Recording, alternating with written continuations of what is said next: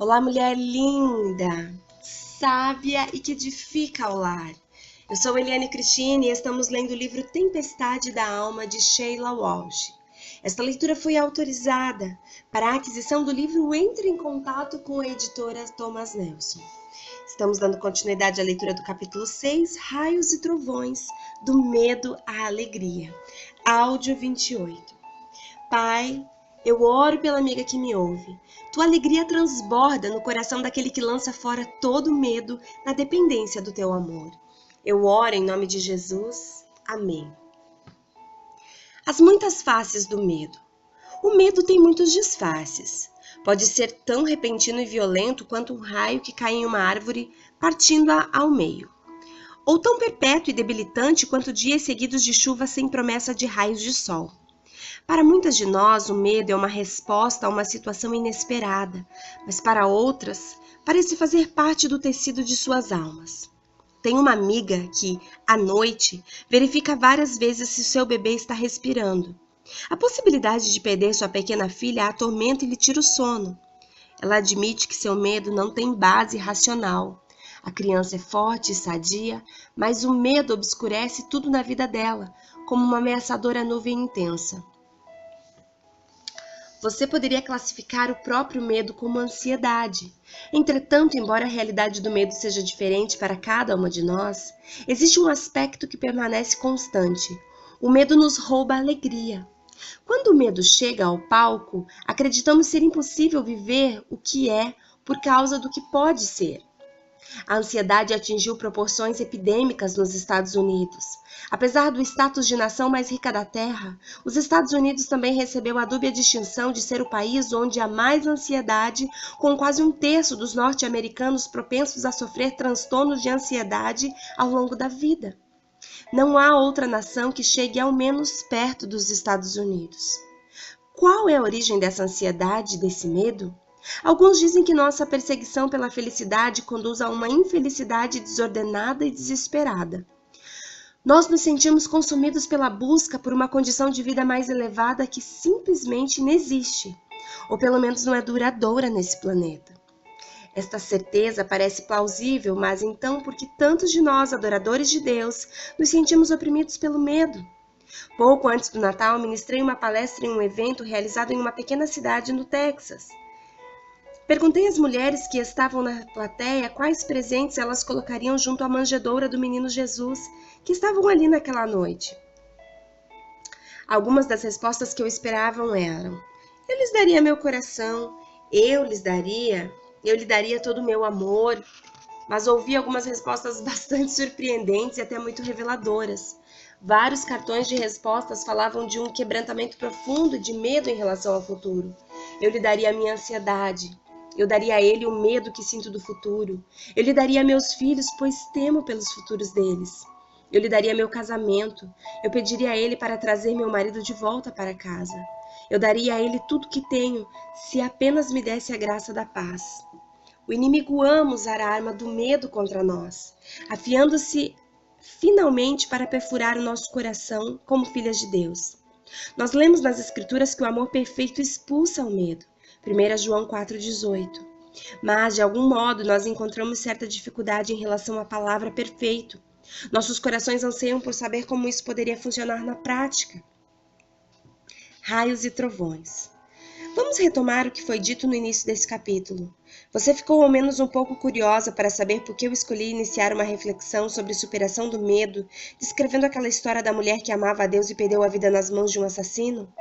Eu escolhi aquela história por um motivo bastante simples. Se o amor de Deus pode dominar a pior coisa que o inimigo é capaz de lançar sobre nós, então nós temos de temer suas tentativas.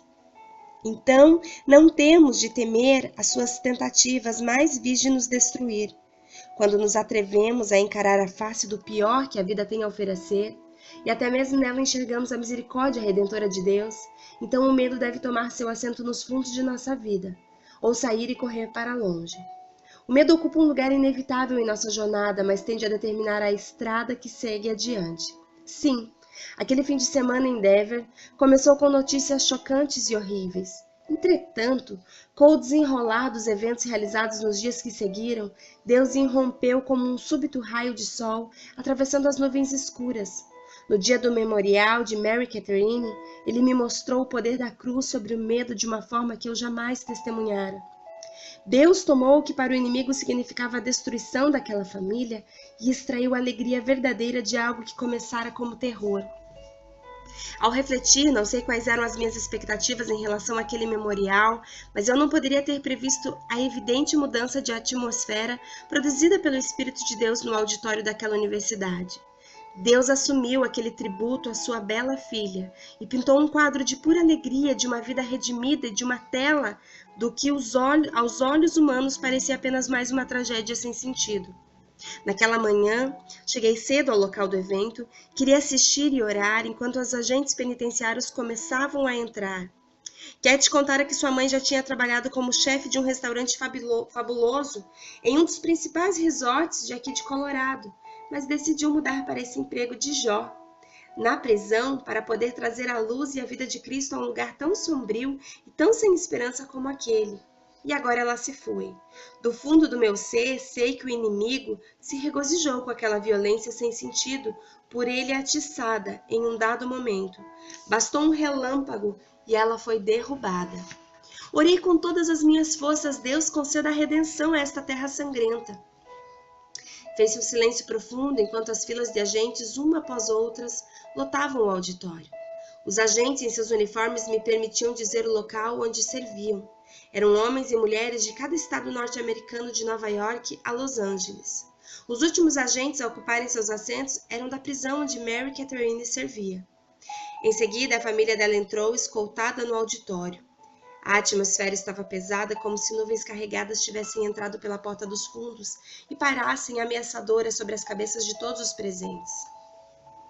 O memorial estava para começar quando Kate foi até onde eu estava sentada e disse: "Antes de cantar, você pode dizer algumas palavras sobre o que era importante para minha mãe?" Ao caminhar até o pódio, olhei para a fotografia de Mary Catherine cercada de flores com um sorriso tão doce na face. Minha irmã em Cristo terminou sua corrida. Olhei para o rosto naquela multidão sombria e disse-lhes: a Terra tem um sistema de documentação diferente do sistema que há no paraíso. Naquela segunda-feira, quando o corpo de Mary Catherine parou de respirar, nossos registros teriam indicado que a vida dela acabou. No paraíso, porém, naquele glorioso dia de volta para casa, os registros relatariam: bem-vinda à casa. Bom trabalho, serva boa e fervorosa. Fiz uma pausa e então o músico começou a tocar a música que me pediram para cantar. A meio caminho, porém, algo aconteceu. Quando eu ia dizer as palavras "tu me elevas e assim posso estar nas montanhas", Kate se levantou e ergueu as mãos em oração. Então o marido de Mary Catherine, Tim, também se levantou e ergueu as mãos com lágrimas rolando pelo rosto. Logo, em todo o auditório, homens e mulheres em seus uniformes se levantaram. Não sei por que algumas pessoas se levantaram. Tenho certeza de que alguns ficam de pé por respeito, mas outros também erguem as mãos orando. Aquele que detém as chaves da morte e do inferno. Aquele que nenhuma grade de prisão pode prender e nenhum túmulo encerrar. A escolha de Kate e Tim por ficarem de pé, sabendo que Mary Catherine estava livre em casa, foi de tirar o fôlego. Deus escancarou as portas e as nuvens carregadas de uma verdade momentânea foram banidas por uma verdade eterna. Mary Catherine venceu. Ela estava livre para voltar para casa.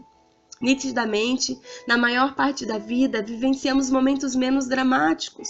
Contudo, não importa a intensidade do medo que todos nós enfrentamos, de tempos em tempos. Permanece a verdade de que isso pode estrangular a alegria. Os sentimentos de medo podem ser imobilizados, então vamos ver o que a Bíblia tem a dizer sobre o medo, suas diferentes formas e suas raízes. O inimigo não tem a sabedoria de nosso Deus, por esse motivo ele sempre exagera. Aquilo com que intenciona nos destruir, Deus usa para nos fortalecer e nos dar uma alegria que é mais profunda e eterna. O medo da palavra de Deus. O medo pode entrar por diversas portas. A desobediência a Deus resulta naturalmente em medo. Depois que Adão pecou e Deus lhe pediu uma explicação por ser mau comportamento, aquele homem culpado respondeu: ouvi teus passos no jardim e fiquei com medo porque estava nu, por isso me escondi. Gênesis capítulo 3, versos 10. Do outro lado, um tipo reverente de medo pode indicar uma resposta apropriada ao julgamento sagrado de Deus.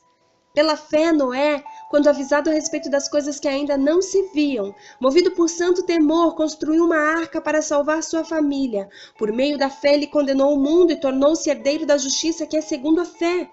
Hebreus capítulo 11, verso 7. Nós devemos sentir um tipo de medo bastante natural e preservador da vida quando algo ameaça o nosso bem-estar ou nossa existência. Levantando-o, lançaram mão de todos os meios para reforçar o navio com cordas, e temendo que ele encalhasse nos bancos de areia de Sirte, baixaram as velas e deixaram o navio à deriva. Atos capítulo 27, versos 17.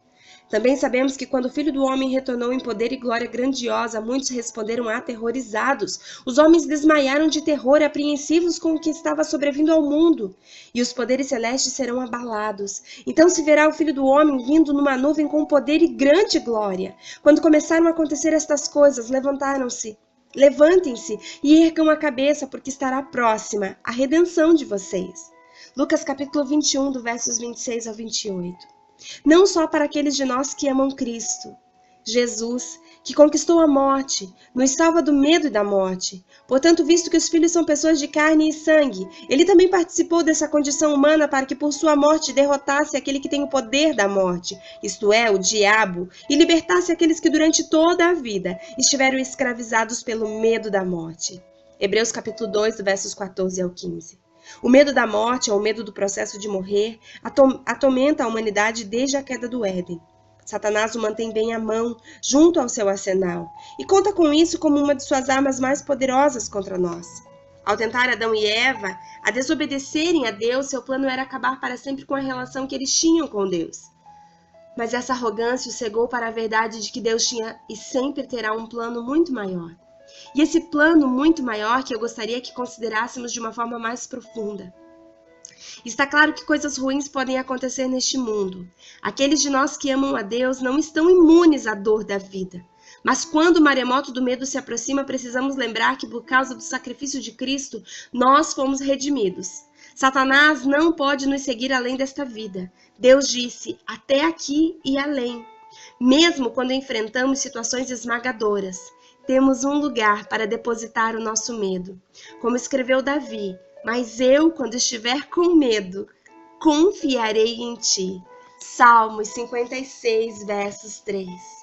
Uau, mas eu, quando estiverem com medo, Senhor, de acordo com a tua palavra, eu confiarei em ti, porque eu estou guardada na palma das tuas mãos. Porque nós estamos escondidas na tua cruz. E se porventura você ainda não se escondeu nesse lugar, que é o melhor lugar para estar, tome uma decisão no dia de hoje. Confesse Jesus Cristo como teu Senhor, como teu Salvador. Convide-o para fazer parte da sua vida, porque esse é o maior propósito de Deus com a sua vida, que você faça parte da sua família. Deus deseja ansiosamente que você diga sim a Ele, porque o sacrifício na cruz foi para que nós tivéssemos reconciliação com Deus. Tome essa decisão no dia de hoje. Seja encorajada a servir Jesus de todo o teu coração, de toda a tua alma e de todo o teu espírito, com todas as tuas forças. Ele não quer um pedacinho da tua vida. Ele quer toda a sua vida. Se permita ser transformada pelo poder desse amor que arranca do teu coração todo medo e te conduz à alegria verdadeira.